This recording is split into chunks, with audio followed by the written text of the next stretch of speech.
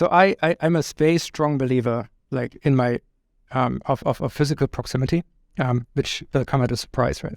Potentially. So I think physical proximity is massively underrated and underappreciated.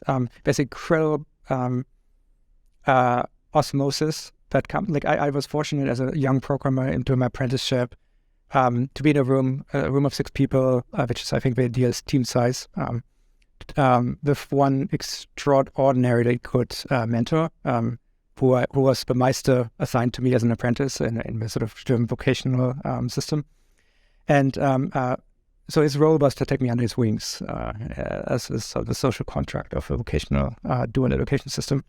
I was mostly just working next to him. He like I could do a printout of code, and he would sort of like with a red pen just like give me pointers on how to do it better and these kind of things. And the code reviews these days.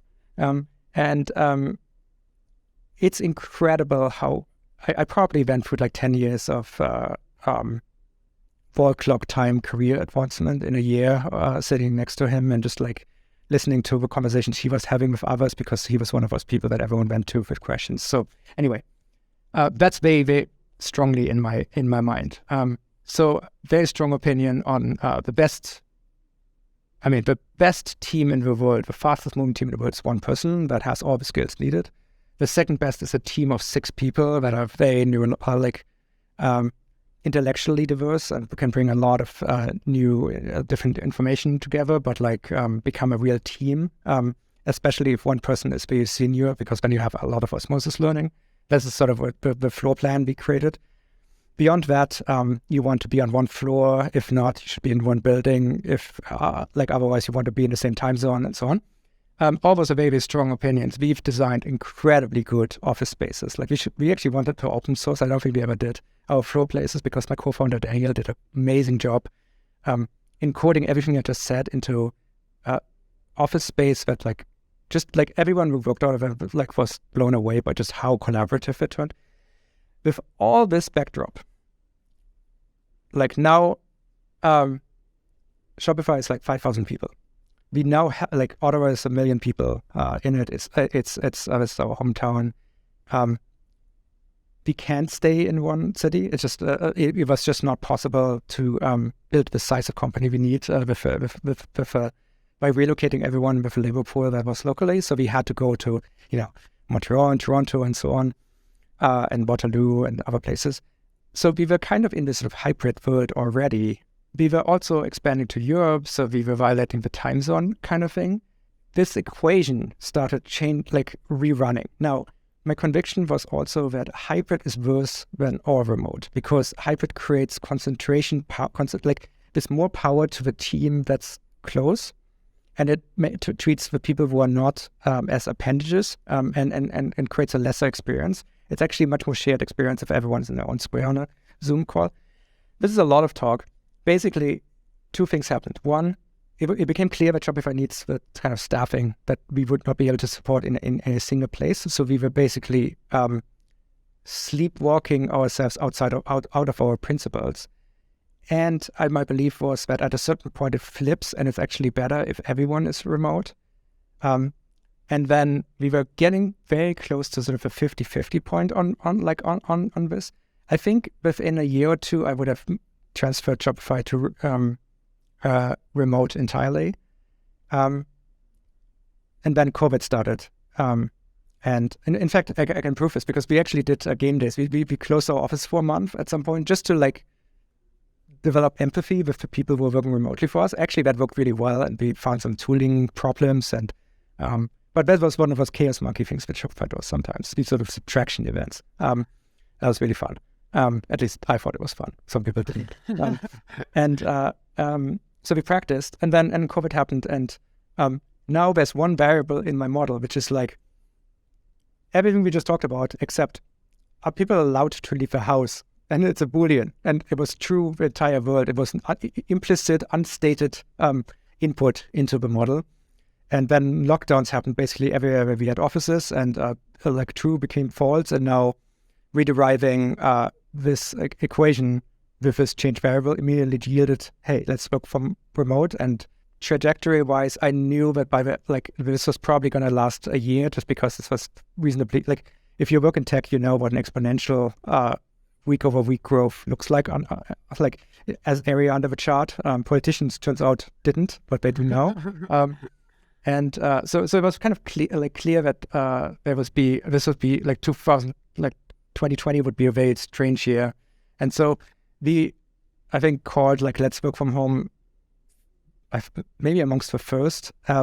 We then also said we're going to stay remote and become a digital by default company. Nothing changed my mind. Like I'm not. Proximity is still ideal way to work together, but I would always recommend it to a small, like a company size that can fit on one single floor plate in an office tower in one city. If you think about founders listening to this, say they are all in one city and they are in that ability, is it not actually more difficult to do it, scale to that stage together, and then go, oh shit, we're too big now, we're going to need to switch from all in person to all remote? Is it not easier on day one to say, new company, all remote? Do you see what I mean? Yep. I mean, I think the advantage is, like, the variable you have to consider is the talent. Like, if you assume your company is going to be 100 people and you think about like hiring the first 100 people, like even if you don't think you can work as well together remotely, let's say put a 10, maybe 20% discount on productivity, is the talent density more than 20% higher if you can hire everywhere than if you're restricted onto one city. Saying yes to only one city is actually says no to all other cities on planet Earth, right? Like yeses are way more costly than no's. Which is also counterintuitive. Again, our software is in a way here. If you say yes to something, you actually say no to everything else. If you say no to one thing, you keep your optionality to say yes to the right thing. So yes, your founders are around. Again, if you can hire, let's say, even everywhere in the United States, I mean, is the least skilled person in your engineering team maybe twice as good as the least skilled team would be if you would restrict yourself to, especially like a secondary market location to build your company? The answer to this could be either yes or no, but you should know it because you're making because if you don't have an opinion on it, you just made a decision not adding a very important input. You said about a 10 to 20% productivity decline. I'm too interested because you've got. And I think bluntly, there's a 10% productivity decline when you're remote. People take Friday afternoon off, Monday morning they're slower in, you name it. But then you also talked about, and have done before, like reducing the number of meetings, cancelling meetings. Are people more or less productive in person or remote? I think people are more productive in person. It's just what we are built for. Like it's like, again, our entire brain is kind of, like there's a lot of types of works that are... that can be disrupted by that are harder to do when you're like surrounded by a lot of people in a busy place or interrupted constantly. So like for some types of work, it's actually really, really beneficial to work remotely. So it depends a lot on the job. There are certain things that remote work is not good at, which you will always have to either create a great culture around or great process or like meet in person for. Like the sort of free idea flow brainstorming session is not great over video. There's sort of like magic that manifests only sort of in the middle of a table, like sort of floating over the conversation about like the sort of shared picture when everyone's trying to figure out what could we do rather than how to get there. How to get there works great remote. What is possible is not that good. I think you can proxy it also to sort of wartime, peacetime, if you like that language. Like wartime, anything is harder to do remote. But I mean, they invented airplanes, right? So like it's not, like the cool thing is getting the right people into a room is like not that hard when you need to do it. If a majority of your work is the stuff that is you can do concentrated with headphones on or something like that remotely, it's a great candidate for remote work.